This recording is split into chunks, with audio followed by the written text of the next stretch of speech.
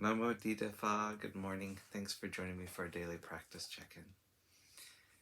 Listen, listen, listen. This beautiful sound calls us back to our true home.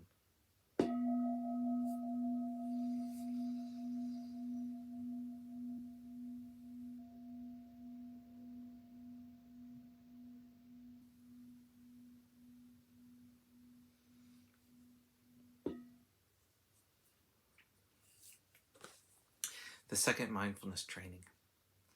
Aware of the suffering caused by exploitation, social injustice, stealing, and oppression, I vow to cultivate loving kindness and learn ways to work for the well-being of people, animals, plants, and minerals.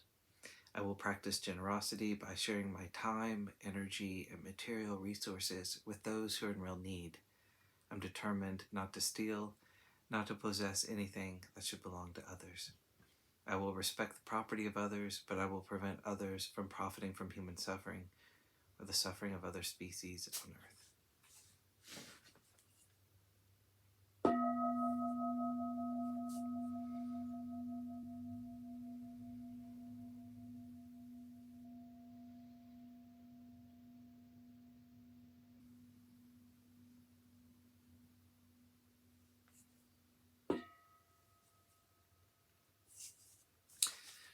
We're reading Ajahn Chah's book, Everything is Teaching Us, for our Dharma lessons, and this morning we're continuing in a talk on knowing the world.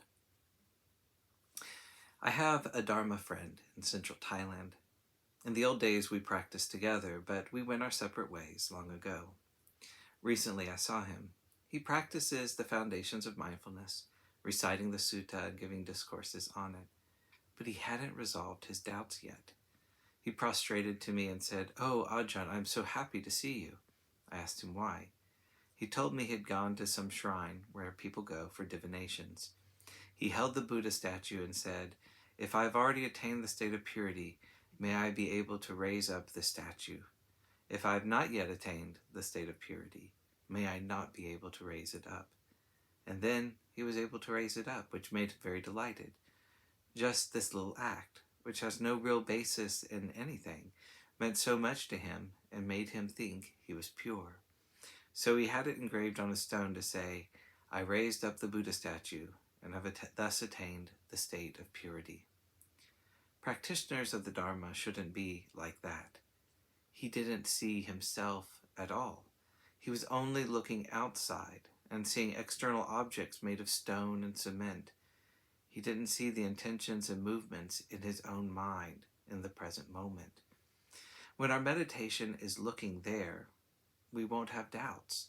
So the way I see it, our practice may be good, but there's no one who can vouch for us. Like this chapel we are sitting in. It was built by someone with a 4th grade education. He did a great job, but he has no brand name.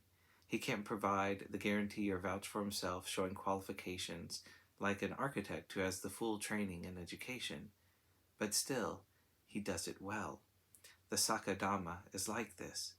Even though we haven't studied much and don't know the detailed explanations, we can recognize suffering.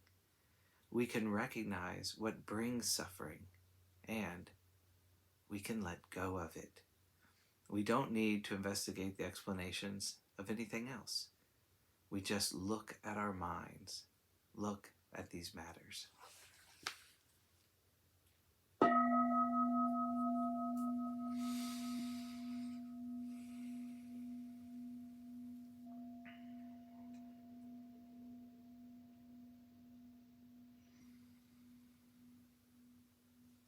May all beings be well. May all beings be happy.